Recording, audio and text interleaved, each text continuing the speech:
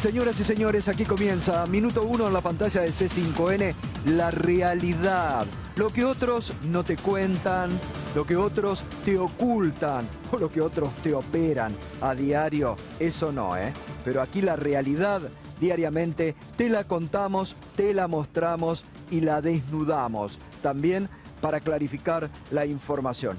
Enseguidita vamos a estar hablando justamente del dictamen del fiscal Picardi que ha imputado otra vez el primo del presidente en la mira. Por eso nos podés acompañar a partir de este momento con el hashtag El Primo en la Mira.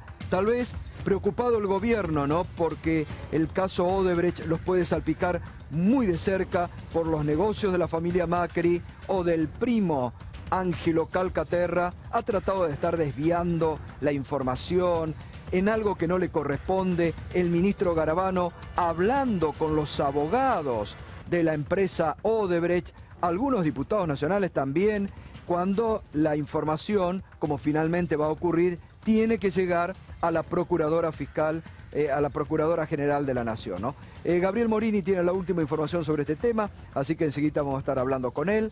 Con la diputada Teresa García, otro hecho preocupante, como nos ha pasado a nosotros y aún no tenemos respuestas.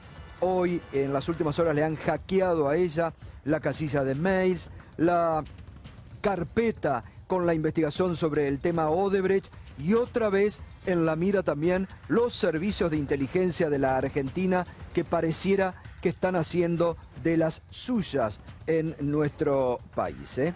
Y también vamos a estar hablando del tema económico, de lo que ha dicho en las últimas horas el secretario general de la Presidencia, Fernando de Andrés, sobre que no le encuentran la vuelta a la inflación. Algo que en su momento Mauricio Macri había dicho que era muy fácil de solucionar en la Argentina.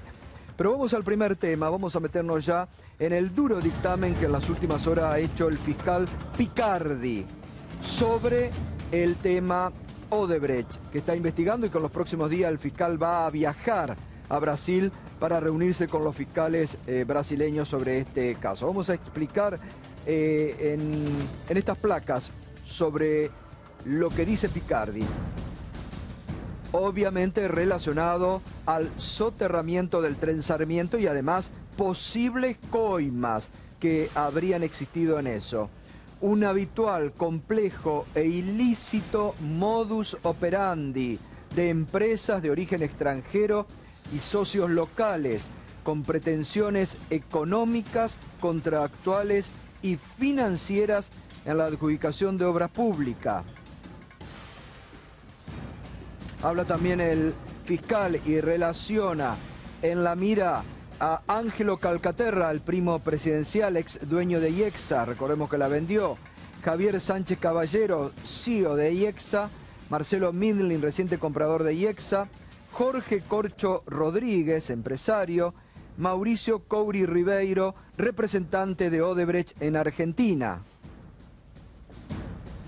También, obviamente, están en la mira Ricardo Jaime, el ex secretario de Transporte, Manuel Vázquez, recordemos, mano derecha y testaferro de Jaime, y José López, el ex secretario de Obras Públicas, que justamente tenía a su cargo la adjudicación de estas obras, ¿no?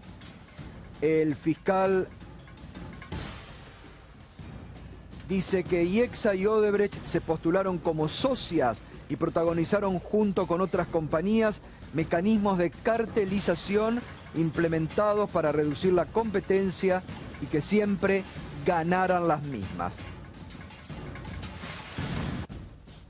Y Arribas, que obviamente por el escándalo Odebrecht también está en la mira, por lo que ha declarado el coimero Meireles, ¿no? Que le había hecho no solamente 5, sino 10 transferencias, y que fue lo que dijo frente al fiscal Delgado y también frente al fiscal Picardi, ¿no? Y sobre este tema, Gabriel, ¿cómo están las últimas investigaciones? Porque avanza Picardi, ¿no? Sí, en esta imputación. Lo concreto es que es el primer dictamen que vincula a empresarios dentro de esta matriz. ¿Y qué es lo que establece Picardi que es importante? Dice, analiza todas las diversas operaciones del Lava Jato en Brasil y dice, se manejan siempre con un mismo sistema. El sistema de la cartelización. A partir de eso lo que se puede extraer y extrapolar al caso argentino es que han hecho lo mismo en la licitación del soterramiento del Sarmiento. Por eso dice, si aplicaron el mismo sistema en Brasil, se cartelizaron, utilizaron las empresas para ganar las licitaciones y esas licitaciones fueron objeto de soborno, en la misma réplica puede establecerse que el soterramiento del Sarmiento tuvo un comportamiento o una maniobra similar y por eso es factible que se hayan pagado sobornos, claro, tal como lo reconoció Odebrecht en el exterior, que reconoció, claro, que se habían pagado 35 millones de dólares. Sí. Ahí, Gabriel, bueno, muchos ya los conocemos, muchos de los implicados, ¿no? Pero lo que llama la atención, ¿por qué se posa sobre la figura del Jorge Corcho Rodríguez, ¿no? Bueno, sí, el fiscal Picardi. Sí, se lo menciona como una suerte de lobista dentro de la estructura de Odebrecht. Rodríguez ha confirmado que ha trabajado para Odebrecht, pero en otras cuestiones más relacionadas, ajá, con relaciones públicas. Pero la cuestión es que lo vinculan dentro de esta estrategia porque aparece mencionado en la denuncia inicial de Graciela Ocaña que da origen a este expediente. Gato, es que lo novedoso también del asunto es que el fiscal Picardi se mete con los intermediarios, está yendo directamente a ese lugar, a buscar a los intermediarios, porque él espera que en los informes que van a llegar a partir del jueves, y después se van a ver cómo se van a ir. Sí, yo no revelando. Creo que lleguen, ¿eh? No, bueno, hay un viaje de fiscales el viernes, van argentinos para allá, vuelven brasileños el martes para acá. Sí, igualmente eso es información secreta que el Ministerio Público de Brasil ha pedido que sea secreta y que no se entregue. Sí, pero no Gils Carbó, digamos. Lo que pide es Brasil que sea secreta. Sí, sí. Le pide al Superior Tribunal.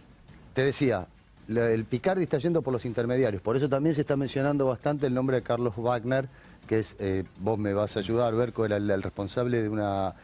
De una constructora y de la Cámara Argentina de la Construcción. Fue presidente de la Cámara Argentina de la Construcción durante 2 mandatos. Exactamente, por eso se está mencionando también mucho el nombre de Carlos Wagner. Hay que ver algo interesante que es de la denuncia. Hay correos electrónicos vinculados a Javier Sánchez Caballero, que era el CEO de IEXA, en presuntas reuniones con Mauricio Couri Ribeiro, que era el representante local de Odebrecht. Claro, ahí es interesante lo que vos contaste la semana pasada, ¿no? Sobre la computadora de Couri Ribeiro y lo que había borrado, ¿no? 260 registros borrados con palabras clave. Las palabras eran soterramiento, Sarmiento y las offshore utilizadas por, claro, se presume, Manuel Vázquez, testaferro de Ricardo Jaime, para canalizar fondos en una, le reclama, hay un mail muy concreto donde le reclama el pago de $80.000 que no habían llegado. Claro. Entonces, en ese esquema se secuestró hace un año casi la computadora de Couri Ribeiro, que claro, aparece en la notebook personal de él, borrados e irrecuperables los archivos según la Policía Federal y una pericia que ya había terminado, claro, al conocerse esta imputación. Y acá lo que pide también el fiscal ahora es que justamente se profundice la investigación en torno a las computadoras y los mails de Couri Ribeiro. Claro, ¿no? Porque pide reconstruir a través, claro, de una casilla de Hotmail, obviamente es toda información que tiene que venir de los Estados Unidos, cómo puede acceder a la información guardada en los servidores internacionalmente, o sea, de Hotmail, pongámosle internacional, para acceder y poder recuperar esos correos que daban cuenta de maniobras o de pagos o de arreglos vinculados a este tema. Por eso Picardi tiene el tramo de lo que es soterramiento del Sarmiento, gestión anterior.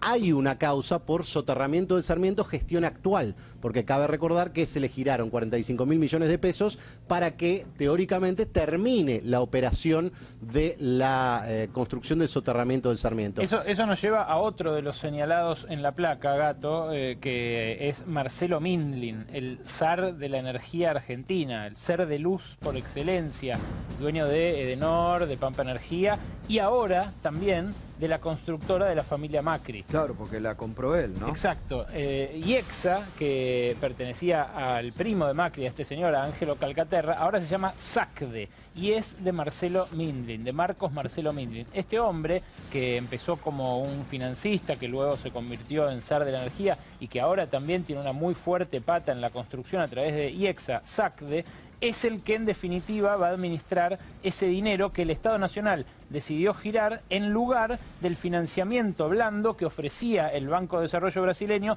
para la concesión ganada originalmente por Odebrecht junto con Gela y junto con IEXA. Por eso es que Mindlin tiene ahora la principal de sus obras, la principal de las obras a cargo de la empresa que le compró a los Macri, también en vilo, también en cuestión, por este proceso judicial que avanza y que lo salpica, en paralelo a otros cuitas con la justicia que empiezan a abrírsele a Mindlin, como por ejemplo, cómo le vendieron Petrobras, ¿no? De ANSES con las acciones a muy bajo. A ver, Alicia Siciliani, buenas noches, Alicia, que quiere sumar su opinión. Un hecho que agrava esta situación. La transferencia de los 45.000 millones de pesos se intentó hacer por un DNU. Un decreto de necesidad y urgencia, que no había ninguna necesidad ni ninguna urgencia. De hecho, hacía 10 años que estaban haciendo esos tratamientos. Exactamente, y salió por un DNU de 80.000 millones de pesos para obra pública en la capital federal. 45.000 iban para el soterramiento del Sarmiento. Nos deberíamos preguntar a esta altura y con esta información si Odebrecht debe continuar con las obras en la Argentina y parar esa obra por esa cartelización que hay y esa falta de transparencia eso es lo que este financiamiento. Pero eso es lo que está buscando Odebrecht, que no le saquen las obras. Por eso los abogados de Odebrecht, que esto es lo que llama la atención, negocian con el gobierno cuando no lo pueden hacer, porque la justicia es la que tiene que investigar. Por eso la preocupación... Un sábado bueno, un sábado. Es muy bochornoso lo que está pasando, porque incluso los medios, disculpame Alicia un minuto, pero es bien lo que dice Gabriel, incluso los medios que militan a favor del gobierno, en las últimas horas en forma totalmente descarada han dicho que, oh casualidad, el ministro Garabano de casualidad se encontró con los abogados de Odebrecht el sábado, ¿no, Gabriel? Sí, porque recordemos, la primera reunión fracasó porque había un allanamiento de Casanelo en el mismo momento a las oficinas centrales. Claro, que ahí estuvo muy bien el juez Casanelo, porque el gobierno estaba tratando de pasar por arriba de la justicia y el juez Casanelo dijo, no, yo voy a seguir adelante con la investigación. En tribunales decían, cualquier acuerdo que haga el gobierno es ilegal. Claro. Porque no hay un marco normativo que permita al gobierno acceder a un acuerdo con la empresa a espaldas de lo que decida la justicia o eventuales imputaciones que define. Cuando Wiener llega en el 2007 a la gobernación de Santa Fe, estaba todo preparado para que los acueductos, que era una obra importantísima para la provincia de Santa Fe, esté financiada por Odebrecht y había sobreprecios. Cuando se detecta el sobreprecio, se hace caer la licitación y se inicia todo un proceso nuevo de licitación que obviamente salió mucho más barato para el Estado santafesino. Pero bueno, eso es lo que hablábamos recién, ¿no? El gasto público con la cartelización de las empresas y el Estado o es corrupto o es ineficiente porque no puede detectar los sobreprecios. Y eso es lo que tenemos que analizar con total seriedad y transparencia. Bueno, enseguidita vamos a estar con el móvil y la diputada nacional Teresa García. Ella, en primera persona, nos va a contar sobre el hackeo que ha tenido en las últimas horas sobre su cuenta de correo y además, estamos hablando del tema Odebrecht, por qué tenían interés especial en la carpeta bajo el título Odebrecht. Enseguida la diputada Teresa García y otro caso de espionaje, otro caso gravísimo de hackeo, en este caso una diputada nacional, otra vez los servicios de inteligencia del gobierno en la mira, o casualidad relacionado con el caso Odebrecht, el momento en que está justamente investigándose y profundizándose esta investigación. Antes de ir con ese tema, me quiero detener un minuto para que vea usted en esto que tenemos que hacer también de clarificar noche tras noche la información sobre las operaciones de prensa que se van montando día a día en la Argentina. Ayer yo le contaba cómo habían montado el aparato mediático judicial la operación de prensa en torno al juez Freiler, a quien el gobierno se lo quiere sacar de encima, a quien el gobierno lo quiere sacar de la Cámara Federal porque, entre otras cosas, el juez Freiler fue el integró la Cámara Federal que ratificó toda la investigación que se hizo sobre el entonces jefe de gobierno porteño Mauricio Macri por las escuchas ilegales. Pero también, y no es un tema menor, Freiler en su momento tuvo a su cargo la investigación y dio curso a la investigación sobre papel prensa. Y hoy el catedrático Jorge Candis, que integra el Consejo de la Magistratura y cuyo voto terminó de voltear la operación mediático-judicial y del gobierno para sacarlo a Freiler, habló sobre este tema y clarificó las cosas. Dijo, sobre Freiler hay un intento de revancha porque algunos de sus fallos molestaron a alguna corporación en particular. Y se estaba refiriendo al tema papel prensa. Entonces, es importante ver cómo se arman operaciones, el aparato mediático judicial, contra jueces, como hemos visto a lo largo de este año, y contra Freiler en particular.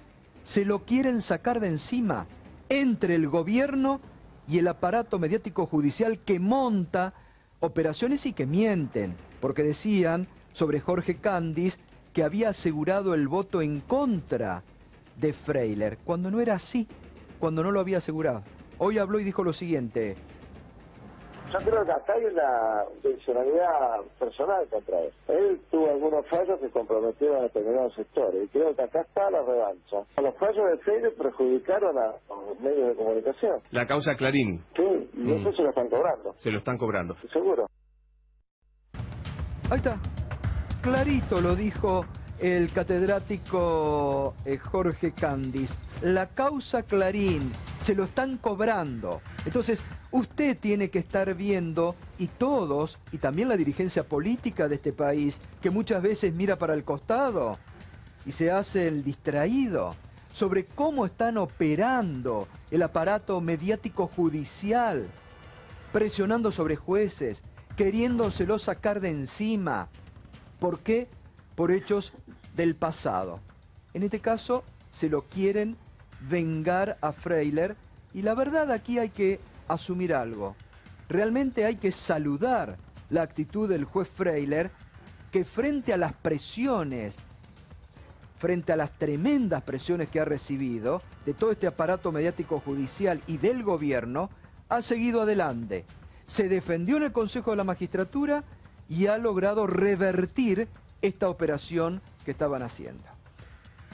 ¿Quería decir algo, Gabriel? Puntualmente de lo que se le acusa a Freiler es de un cúmulo de cuestiones muy genéricas que hasta el propio dictamen acusatorio dice, bueno, en realidad acá no hay ningún hecho en particular para señalar, pero hay un montón de actitudes de Freiler que no dan con el buen desempeño del cargo. Freiler hace 2 años aproximadamente fue el único juez que no dijo que tenían que ir a indagatoria Héctor Mañeto, Bartolomé Mitre y los demás imputados en la causa papel prensa. Lo que dijo es que el dictamen de Julián Ercolini era nulo, el rechazo de Julián Ercolini era nulo, porque no había analizado el caso desde la óptica de un delito de lesa humanidad, sino que lo había analizado desde una óptica patrimonial. Claro. Eso fue lo único que dijo Freiler. Por esa mención, que queda en minoría obviamente, porque no se tomaron las indagatorias, es que se abre en la Cámara Federal un proceso inédito, que es correr a un juez por una enemistad manifiesta. Nunca antes en la historia de la Cámara Federal se había abierto un proceso contra un juez porque una parte dijera que tenía animosidad. Este fue el dato inicial que aparta a Freiler de cualquier causa vinculada con Clarín. Y este es el inicio, obviamente, del juicio político. Claro, está clarísimo, y es muy importante también que el consejero Candis hoy lo haya dicho, lo haya explicitado y lo haya puesto blanco sobre negro cómo son las cosas, cómo se manejan también en el seno del Consejo de la Magistratura estas cuestiones y estas vendetas y estas operaciones mediático-judiciales. Vamos a meternos de lleno con otro tema de preocupación, lo ha expuesto en los últimos días la diputada nacional Elisa Carrió. Antes, la expresidenta Cristina Fernández de Kirchner fue ilegalmente escuchada por varios meses y la diputada Carrió también un poco en la misma dirección que lo que denunció en su momento la expresidenta, dijo y ratificó lo mismo. Llamó la atención que en las últimas horas, después de una reunión con Arribas, se haya desdicho, ¿no? Cuando incluso hubo notas del diario Clarín que atestiguaban todo ese espionaje que había sufrido Elisa Carrió, de las cuales estaba la propia Carrió estaba en conocimiento.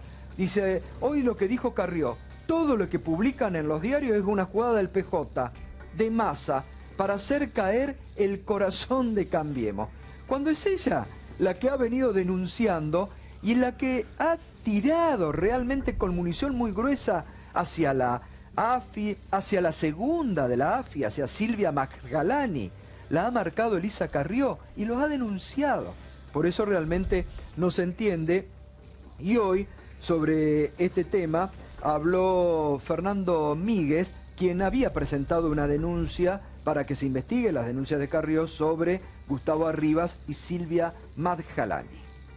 Ella da marcha atrás con lo que dijo, se desdice y ahora todo está bien. Claro. Porque nosotros habíamos pedido que el juez la citara a testimonial y que ella ratificara o rectificara los dichos de la denuncia. Presentamos la denuncia para darle la oportunidad de terminar con esta trama de corrupción de Arriba, Magdalani y compañía. Pero parece ser que la doctora Carrió se está salpicando de la corrupción finalmente. Le están logrando torcer lo único que tenían moral dentro de la coalición que ellos armaron política, que es Carrió. Y Carrió se está dejando vencer, habrá que saber en el tiempo por qué razones. Bueno, y nos acompaña esta noche Marcelo Saín, uno de los pocos, me animaría a decir, en la Argentina, que sabe mucho y que se anima a denunciar todas las matufias que hay en los servicios de inteligencia y también en algunos servicios de seguridad. ¿Qué tal, Marcelo? ¿Qué tal? Buenas noches. Buenas noches, ¿cómo seguís estás? todo esto? Lo de las denuncias tremendas de Carrió, ahora se desdice, lo que le ha pasado a Teresa García, el espionaje, ¿no?, que está en Yo la creo que Argentina. a ver, Macri es un espiador serial y es un tipo que ha tomado la AFI como una estructura de espionaje político y manipulación judicial. Diría que en eso nada nuevo porque lo han hecho todos los gobiernos de alguna Ayer nos manera. adelantaba Tuni Coleman, el nuevo proyecto para que en la AFI haya una mesa de entrada, que toda la información sobre todos los argentinos esté a disposición ahí, en la mesa Bueno, de entrada pero eso de la AFI. en la Corte, ¿no? Sí. No solamente en la AFI. Digo, Sí. ahí hay otro tema que yo imagino que la Sí, comisión la OJ, bicameral... la famosa OJ, Claro, ¿no? que la comisión bicameral va a tomar cartas en el asunto porque ese es un tema extremadamente grave Claro. cuando se plantea concretamente de que un organismo que tiene técnicamente la única facultad de administrar un sistema de captación de escuchas ordenada judicialmente se dedica a hacer gestión de información, análisis y provisión de información para causas judiciales. Eso es inteligencia y está prohibido por ley. La ley 25.520 establece con absoluta claridad que hay 3 organismos de inteligencia nacional. La AFI, la Agencia Federal de Inteligencia, la Dirección Nacional de Inteligencia Criminal en el ámbito del Ministerio de Seguridad y la Dirección Nacional de Inteligencia Estratégico-Militar en el ámbito de la Defensa Nacional. Ahora, a mí lo que me extraña es, Macri decide reproducir la AFI como una estructura de espionaje político y manipulación judicial. Lo llamativo es que no ordena políticamente eso. Claramente gran parte de la ventilación de las cosas que toman estado público en esta materia tienen que ver con problemas internos entre ese cocoliche que Claro, es la AFI. daría la impresión que hay dos AFI, una que maneja Arribas y otra que maneja Magdalani. Hay algunas más, pero Y hay- básicamente, claro, y hay básicamente hay Sí. algunas cuestiones. En esto se mezcla esta otra cosa, esta devoción que tiene la escudería Estiuso, porque detrás de la Dirección de Captación de Comunicaciones de la Corte volvieron los operadores técnicos que antiguamente operaban en la OJ, Claro. el mismo personal. Yo me reservo de mencionar los nombres de esas personas porque están protegidas por secreto, Sí. pero es el mismo equipo técnico de Estiuso que operaba en Avenida de los Incas. Ese mismo equipo es el que hoy está bajo la conducción de otro hombre íntimamente vinculado a Estiuso, que es el camarista Irurzún, digamos, que en los últimos tiempos parece más a gusto con su rol de jefe de un aparato de inteligencia paralelo y legal en el ámbito de la Corte Suprema que de camarista que debe gestionar esto con transparencia, y lo que estamos es en un tema de absoluta gravedad. Ahora, yo lo que digo es, la Argentina tiene un organismo que tiene que producir inteligencia en materia de crimen complejo y problemáticas en materia de defensa nacional. Digo, no están haciendo eso, O sea que claramente esa estructura está siendo desviada desde el punto de vista político y al mismo tiempo están produciendo este tipo de desmadres institucionales al amparo de la conducción del testaferro del presidente, que es un tipo sospechado de ser delincuente económico al frente de la AFI. Es una cosa espantosa. Ahora seguimos, me voy al encuentro del móvil donde está la diputada nacional Teresa García. Buenas noches, diputada, ¿cómo está? ¿Qué tal? Buenas noches, Silvestre, ¿cómo le va? Bien, bueno, ¿por qué no nos cuenta, por favor, qué es lo que le ha pasado? Hackearon su correo y esta llamativa de que se han metido en la carpeta de Odebrecht. Sí, el día viernes, en realidad el primero que toma contacto con esta intervención en el correo es mi asesor, tengo 2 asesores en la materia, casualmente a los 2 y más o menos en el mismo horario ingresaron en su correo, luego como yo estaba fuera de una computadora, revisé el mío y en todos había avisos de tratar de intervenir en el correo desde otro dispositivo. Hicimos lo que sabemos hacer, una captura de pantalla, una consulta a un técnico en esta materia y obviamente en la primera opinión es que sí habían ingresado al correo, a esta carpeta en particular, si bien no habían tomado información, sí había sido tocada en el correo de mi asesor. Así que esto fue el día viernes a la tarde, el lunes a primera hora hice la denuncia en Comodoro Pi, como corresponde hacerla. Y ingresé a la comisión bicameral a la que pertenezco y dentro de la cual hemos estado preguntando por algunas cosas de las que decía Zain y de las que decía usted, respecto de escuchas, difusión ilegal de las escuchas, que es material sensible por estos días. Mire, yo le quiero dar mi opinión. El riesgo más grande de esto no es lo que me ocurre a mí como legisladora nacional y a mis asesores, el riesgo es que esto se naturalice. Y hace aproximadamente un año vivimos en un festival de pinchaduras telefónicas, toma de correos, y la verdad que se está naturalizando y parece que ese fuera el rol del organismo de inteligencia, como bien decía Zain, es otro el rol. Pero esto tiene una clara responsabilidad. El presidente de la Nación hace un año que ve esto en los diarios, y Macri es el responsable de este funcionario, el que tiene que dar cuenta del blindaje que ha tenido este funcionario todo este tiempo, y de lo que ha ocurrido es el propio presidente Macri. Diputada, perdón, Berkovich acá le pregunta, ¿qué tal? ¿Cómo le va? ¿El correo es el correo oficial de la Cámara de Diputados? ¿Es @HCDN? No, es el suyo correo personal. Particular, lo cual lo hace más grave, porque es Gmail y Hotmail. ¿Tiene idea de todos los casos fue... ¿Tiene idea de cómo llegaron a hacerse de la contraseña? ¿Si instalaron un sistema de phishing para captarlos? ¿El técnico le dijo? El técnico lo que nos indicó es que esta manera de abordar los correos puede ser con una suerte de computadora que lo hace automáticamente sobre determinados correos o manualmente. Todavía no lo podemos saber. Entre las cosas que yo pido en la denuncia que hago en Comodoro Pi es no solamente que se investiguen los IP, porque hemos logrado capturar en pantalla los IP, sino también con qué mecanismo se ha hecho. Ahora, usted, bueno, la semana pasada había estado justamente en este programa también, estuvimos hablando de este tema, del tema Rivas, usted venía hablando del tema Odebrecht. ¿Qué cree que justamente buscaban información que usted podría tener sobre el tema Odebrecht o del tema Gustavo Arribas?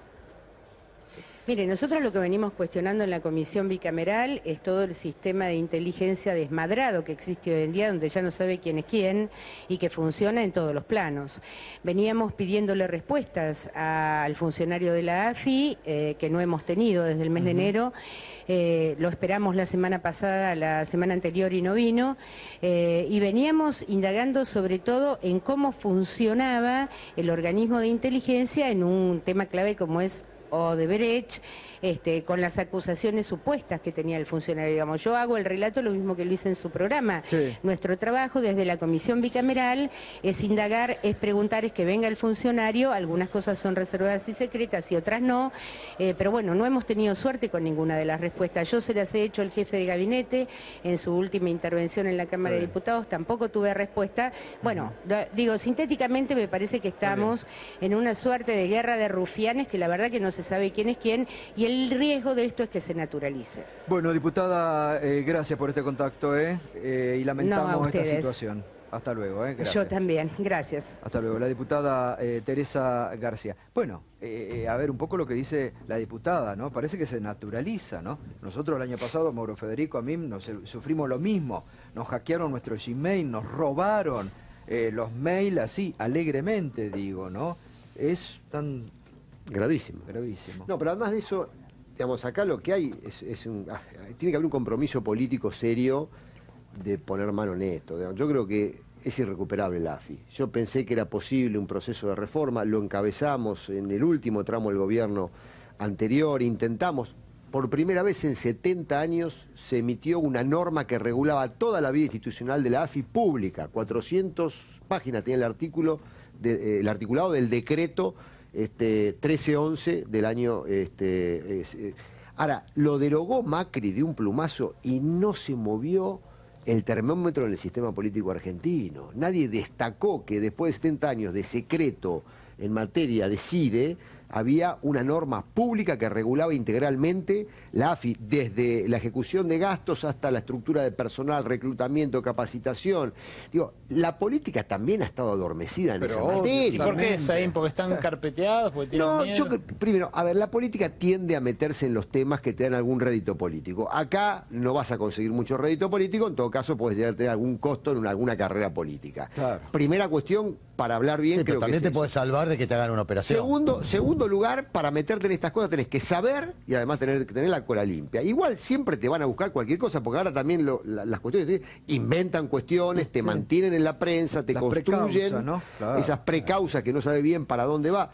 Yo lo he visto dentro de la AFI, eso, carpetas enteras con precausas. Las precausas son gravísimas y ahí está lo que decíamos anteriormente, la absoluta participación criminal de jueces federales que autorizan escuchas telefónicas porque va el director de la AFI y le dice, sospechamos que acá puede haber delito, autoríceme a interceptar una gama de teléfonos celulares. Le dan 60 días. Es lo que hicieron con Parrilli para escuchar a la expresidenta. Pero peor de todo. Y después Gato, se ventiló. También diputados que van a hacer una anuncia judicial porque sale el título en el diario Clarín. Van con la página del diario Clarín y van haciendo la denuncia. Con el contenido digamos de escuchas ilegales. Bueno, claro, digamos que la naturalización es una campaña brutal de represión, que no solamente es sobre las escuchas, también son los jueces que arman, inventan causa, ¿no? Compañeros presos, se cumplen 500 días de estar presa Milagro Sala y no hay motivo alguno, no hay prueba, no hay acusación y hace 500 días que está presa. Digamos, la brutal campaña y el fusilamiento mediático, porque esto va acompañado con te denuncio que sos corrupto, apareces titular en el diario y a partir de titular en el diario el juez te tiene todo el tiempo, en vez de discutir los grandes temas nacionales, discutimos lo que le estamos diciendo nosotros al Parlamento, lo hemos presentado al proyecto, auditemos toda la obra pública. Auditemos todo, la de Obedrech, la de Bae, la de Calcaterra, la de Techín, la de Rogio, todo, auditemos. Digo, eso nos podemos poner de acuerdo, lo hemos presentado nosotros como proyecto, auditemos, pongamos las universidades nacionales, pongamos a las cámaras también, que vengan las cámaras de empresas a ver sus costos, los sindicatos, hagámoslo público, eso se puede realizar, no hay voluntad política. No, totalmente. No hay voluntad política. Gabriel, querías decir la algo. La Asociación por los Derechos Civiles, que no es una organización vinculada al derecho, que nadie puede tildar demasiado de kirchnerista, acaba de decir que hay una falencia grave de transparencia en el manejo de los organismos de inteligencia desde el último año y medio, a partir de que se quitaron las escuchas de la órbita de la Procuración General, como estaba establecido por la nueva ley, y que se pasaron a esta suerte de DICOM bajo la órbita de la Corte Suprema y con, digamos, injerencia judicial. Dicen que lejos de transparentarse, lo que se hizo fue agudizar el problema que tenía, que era precisamente la opacidad. Que igual se quedaron cortos, ¿no? Hace 30 años que son desastres. De todas maneras, digo inteligencia. Comprometámonos que la próxima vez que cuando estos tipos se vayan, digamos, hagamos un acuerdo político amplio, porque esto perjudica a todos. Yo estoy seguro que también están carpeteándolo a Macri y a gran parte de los funcionarios de Macri. Y si no, están preparando el terreno para cuando esté débil, claro, a los efectos de garantizar cierta autonomía del aparato de inteligencia. Yo lo que digo, Petri, es cuando se toman decisiones en el mundo de la política, los partidos, los dirigentes y los funcionarios, sobre la base de un carpetazo, eso significa que se está comiendo un pedazo de la democracia. Marcelo, para ir contra esa corporación para ir contra la corporación judicial, contra la corporación mediática y todos los servicios de inteligencia, vos tenés que tener un gobierno legitimado con el voto popular, porque si no te llevan puesto. Yo digo, quien más le saca a Macri... dirigentes políticos que se la banquen. No, por supuesto. Dirigentes políticos que se banquen. Dirigentes políticos que se banquen los carpetazos, las denuncias. Un dirigente político que se la banca... No hay muchos. Un dirigente político que se la banca con los intereses del pueblo argentino. Porque Macri, con los intereses del poder, se la rebanca, Se la rebanca, porque Clarín le saca más cosas que cualquiera. Clarín le sacó el triple G con internet, el negocio G, le sacó ahora todo el tema del fútbol para todo, le sacó, volteó la ley de medios de comunicación, le está llevando la pauta publicitaria, está incidiéndole en la Corte Suprema de Justicia de la Nación, le está nombrando funcionarios. O sea, los grupos económicos tienen el respaldo de Macri, y Macri juega para ello. Por eso ir ahí hay que ir con un consenso social muy amplio. Tiene que haber un amplio compromiso político entre todos de que eso lo tenemos que reformar. A ver, retomo un poquito porque lo que vos acabas de decir, Marcelo, me parece que también es un motivo que para toda la dirigencia política tiene que ser de preocupación. Vos decís recién, seguro también lo están carpeteando al propio Macri. No tengo duda, o si no están preparando la información necesaria para usarla cuando corresponda, porque eso es lo que hacen los servicios. Cuando vos le das la autonomía para que te hagan operación política, lo vemos con Estiuso. Estiuso fue el hombre fuerte durante todo nuestro gobierno. Hoy está utilizando gran parte de toda la inteligencia ilegal y el espionaje político que ha hecho en contra de algunos de sus mandantes. Bueno, esa es la política argentina, ¿no? Que gira alrededor de pactar con la mafia en el momento que tenés poder. No te das cuenta que al otro día dejaste de tener poder y se te terminó el pacto con la mafia. Ninguna diferencia con la justicia, ¿no? Exacto. Ninguna diferencia con la justicia. Pero ese es el problema que tenemos. ¿Por qué Odebrecht en Brasil está al Lavallato? Porque tenían un sistema institucional. ¿Y por qué apareció Moro? Moro no es un juez que surgió de la nada y que está contra todo el sistema de Brasil. Hay un sistema que crearon institucional que permite eso. En la Argentina no lo tenemos. Alicia, también acá somos nene de pecho al lado de lo de Brasil, ¿eh? No sé si somos tan nene de pecho. No sé si yo quisiera ver el financiamiento de la política, el financiamiento de la campaña política.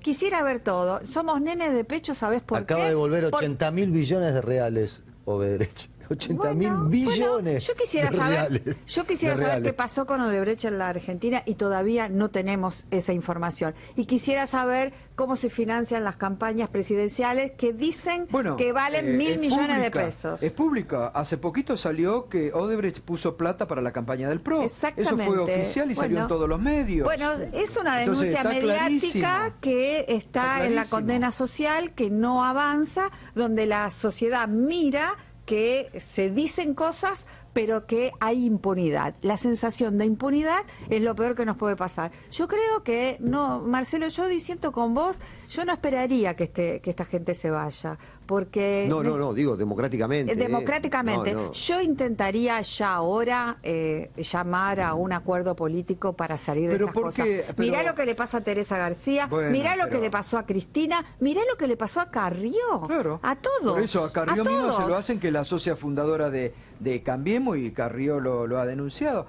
Ahora, yo insisto siempre en este tema, un poco lo dice Marcelo, ¿por qué a la dirigencia política argentina le cuesta tanto asumir estos temas? Les cuesta asumir, les cuesta hablar, les cuesta hacer en el Congreso un tratamiento serio sobre los servicios de inteligencia. Así es, hay proyectos presentados, Marcelo, el acuerdo, la comisión, no se trata. Ampliamente de acuerdo. Ahí el acuerdo tiene que ser un acuerdo donde la política no tiene que tener negociaciones con la mafia ni con el delito. Entonces, la política por un lado, la mafia y el delito por el otro. Acuerdo de base. Y un nuevo pacto social y político en torno a este conjunto de cuestiones. Porque lo otro grave, que se nota menos frente a la crisis y la coyuntura, es que nosotros necesitamos la producción de inteligencia criminal y defensivo-militar democrática. La Argentina está atravesando por problemas severísimos. Por ejemplo, en materia de narcotráfico, no hay emprendimiento narcotraficante que no tenga participación y asociación de sectores del propio Estado. Eso tiene que producir la información, los servicios de inteligencia, colocarlos en una mesa para tomar una decisión política democrática y avanzar. Ahora, hacer inteligencia política, lo más rústico y lo más tonto del mundo del espionaje, eso lo hace cualquiera. A los periodistas. Eso lo hace cualquiera, digamos, no necesitas a alguien sofisticado. Cuando uno ve el avance de los servicios de inteligencia serios en los países que tienen problemas de seguridad muchísimo más severos que nosotros, ven que han producido un cambio tecnológico, formación de recursos humanos y demás. Creo que tenemos que aprender de eso. Lo que no tenemos que hacer es el otro gran aspecto que está detrás de esto. Acá siempre hay una embajada detrás de todo esto, que tiene que ver con agentes de inteligencia de la embajada norteamericana y de distintas agencias de seguridad norteamericana que están operando en torno a este conjunto de cuestiones. Bueno, me meto en otro tema. Hay que escuchar al secretario general de la Presidencia, Fernando de Andrés, que ayer opinó lo siguiente sobre el tema inflación en la Argentina.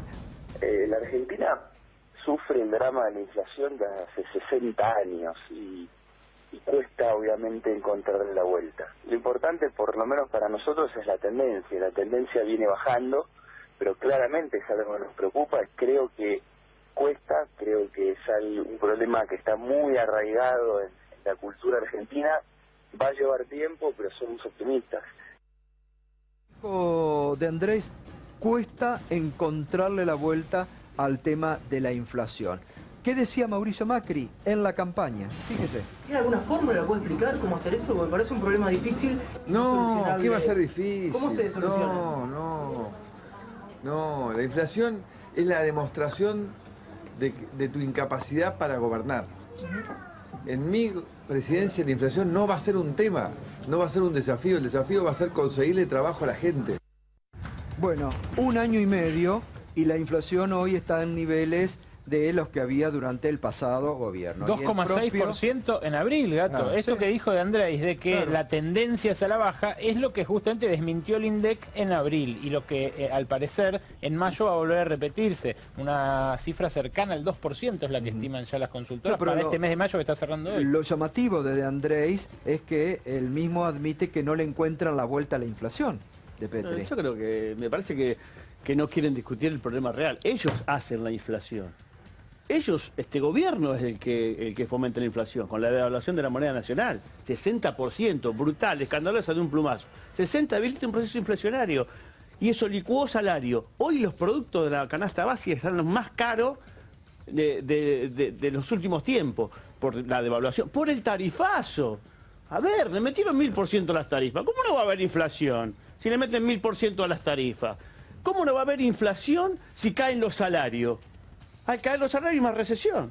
Al haber más recesión hay mayores niveles de ganancia para los sectores empresarios. Ahora, Petri, también seamos buenos, digamos, porque con el gobierno anterior, que no hacía todo esto, también había inflación. Sí, pero no al nivel, no al 42%.